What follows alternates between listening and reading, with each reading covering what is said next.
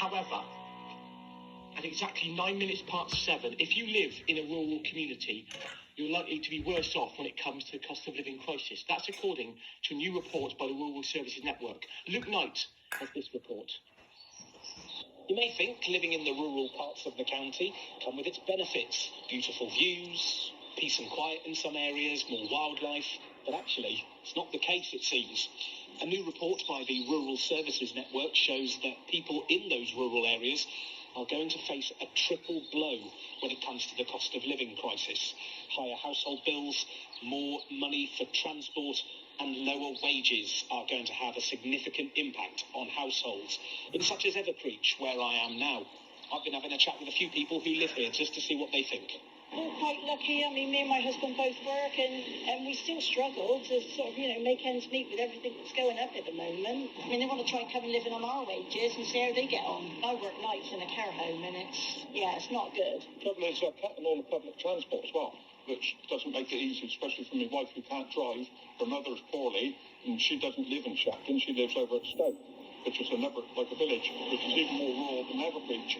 And yet you can't get over there to see her unless I'm home. I think just fuel, because obviously we're not local to anything, so getting to places, outside is obviously going to cost a lot more. Transportation, I'm finding that's a bit more difficult, especially I've got a teenager, so she's off to Strode College, so that's more expensive. And being in rural areas, there's only sort of one bus, so we're having to pick her up from college because the times are different and everything like that. So it's just really just everything going up at the moment. I suppose energy is the one thing for me.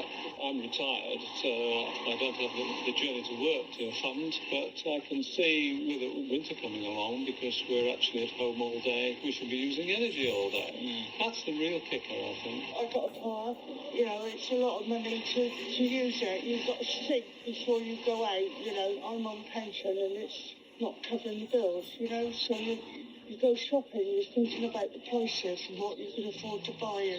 Barry O'Leary is the district councillor for Everpreach, and he's been explaining just how big the impact is going to be. The cost of living is probably the number one thing that comes into my email inbox. Obviously, everybody's affected by the cost of living, but the challenges here rurally are very different. The first challenge is our physical location. As you can see, and you can probably hear behind us, we're in the middle of our village square.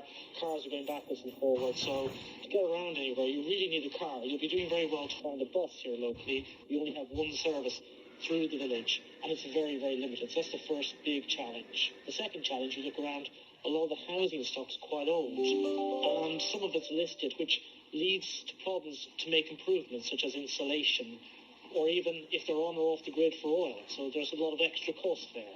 Oils are not capped like the price cap we hear about people's energy bills. And that's really impacting people's stress and their mental health as well.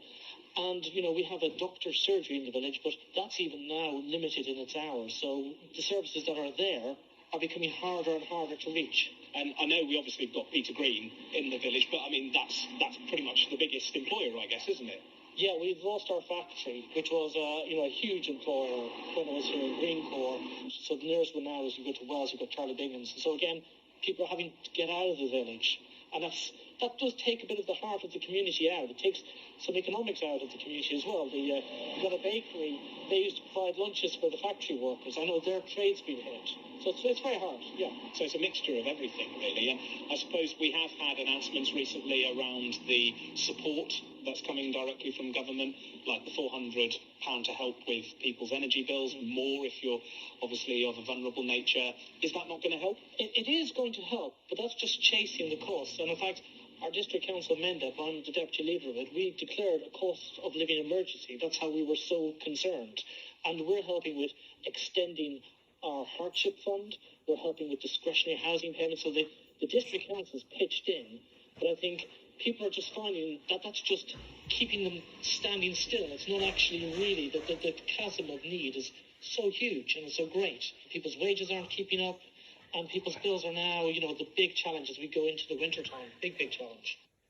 Councillor Barry O'Leary ending that report from Luke Knight on the rural impact from the cost of living crisis. Later on, we'll be speaking to Graham Biggs, who is from the Rural Services Network, who is behind the new report. Now, here, you know what I'm going to say now, don't you? We have approached the government for a response. So we get a statement, and I don't mind a statement. I'll read a statement, but our line's are always open. Like, we will always enjoy you coming on and having a chat with me, or Claire, or whoever's doing the breakfast show. Throw us 6 to start on that one sometimes. Okay, here's a statement from the government. We know people are worried about the energy bills, which is why we've announced further details on the energy price guarantee, which will save the average household £1,000 a year on current energy prices from October. The government will continue to support rural areas in navigating the months ahead, including the action we have taken to help farmers, like bringing forward 50% of the basic payment scheme funding, reducing employer national insurance, and slashing fuel duty. That is your government response to that.